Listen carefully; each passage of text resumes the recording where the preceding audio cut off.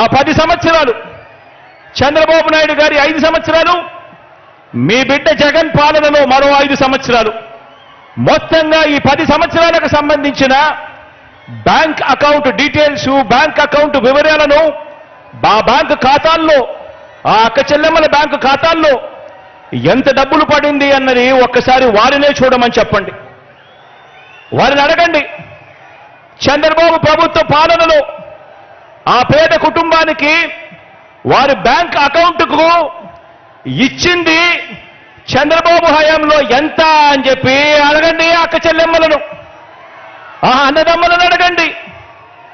వారిని నిలబెట్టేలా అందించిన స్కీములు చంద్రబాబు నాయుడు గారి హయాంలో ఏమున్నాయి అని చెప్పి అడగండి. ఆ బాబు పాలనలో ఏనాడైనా కూడా ఒక్క రూపాయి అయినా కూడా నా అక్క చెల్లెమ్మల కుటుంబాల బ్యాంకు ఖాతాల్లోకి ఆ చంద్రబాబు నాయుడు గారు ఒక్క రూపాయి అయినా వేశాడా అని చెప్పి అడగండి ఆ అక్క చెల్లెమ్మలను. ఇలా ఇలా ఇలా ఇలా ఇలా ఇలా ఇలా రెండు చేతులు ఊపి ఇలా ఇలా ఇలా ఇలా ఇలా ఇలా ఇలా.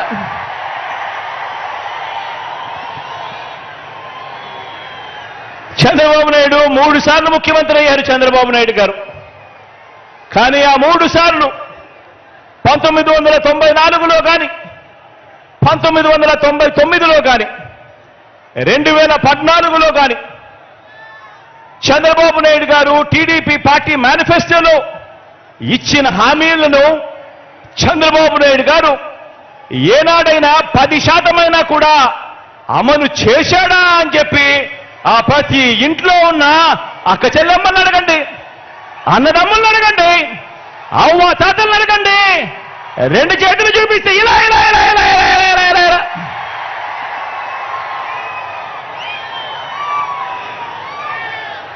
ఆ అక్క చెల్లెమ్మలను ఆ అన్నదమ్ముల మధ్య కూర్చొని ఉన్నప్పుడు ఆ అవ్వ తాతల చిరునవ్వుల మధ్య మళ్ళీ అడగండి. మరో వంక మీ జగన్ పాలన, మీ బిడ్డ పాలన చూడండి అని చెప్పి మళ్ళీ అడగండి.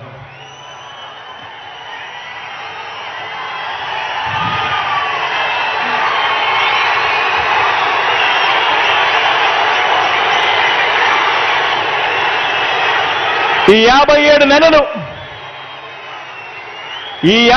నెలలు మీ బిడ్డ పాలనలో ఏం చేశాడో, మీ బిడ్డ ఏం చేశాడో కొన్ని అంశాలను నేను ప్రస్తావిస్తాను. ఈ తేడాను ప్రతి ఇంట్లోనూ కూడా మీరు వివరించండి.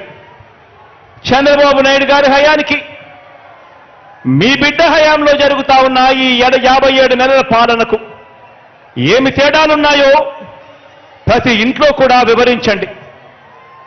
నేను చెప్తా ఉన్నాను ఈరోజు, కుప్పం నుంచి ఇచ్చాపురం వరకు మీ ఇష్టం, ఏ గ్రామమైనా కూడా తీసుకోండి. ఏ గ్రామాన్ని తీసుకున్నా కూడా, ఏ పట్టణాన్ని తీసుకున్నా కూడా ఆ గ్రామానికి వెళ్ళి ఆ గ్రామంలో 4 అడుగులు వేస్తే గతంలో లేనిది మన గ్రామంలోనే ఈరోజు ఆ గ్రామంలో ఉన్న ప్రతి అక్క చెల్లెమ్మకు, ప్రతి అన్నతమ్ముడికి కనిపించేది అదే గ్రామంలో ఒక విలేజ్ సెక్రటేరియట్, ఒక వార్డు సెక్రటేరియట్ కనిపిస్తుంది ప్రతి పట్టణంలోనూ. ఎవరు పెట్టారు అనంటే మీ జగన్, మన వైఎస్ఆర్సీపీ పార్టీ. ఆ ప్రతి గ్రామ సచివాలయంలోనూ, ఆ ప్రతి వార్డు సచివాలయంలోనూ, ఆ ప్రతి గ్రామంలోనూ కనిపించే ఈ సచివాలయంలో కనీసం అంటే 540 రకాల సేవలు అందిస్తూ, అందులో దాదాపుగా 10 మంది మన పిల్లలే అక్కడే ఉద్యోగాలు చేస్తూ అక్కడే కనిపిస్తారు. మరి ఈ వ్యవస్థ ఎవరు తీసుకొచ్చారు అనంటే మీ జగన్, మన వైఎస్ఆర్సీపీ. 1వ తేదీ ఉదయాన్నే మన ఇంటికే వచ్చి చిక్కటి చిరునవ్వులతో తలుపు తట్టి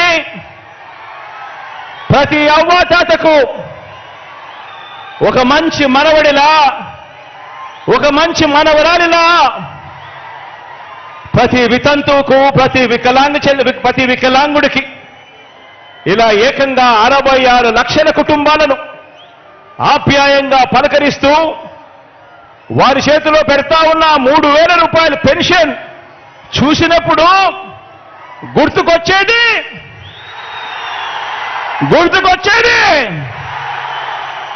గుర్తుకొచ్చేది మీ జగన్ చేసినది మన వైఎస్ఆర్సీపీ.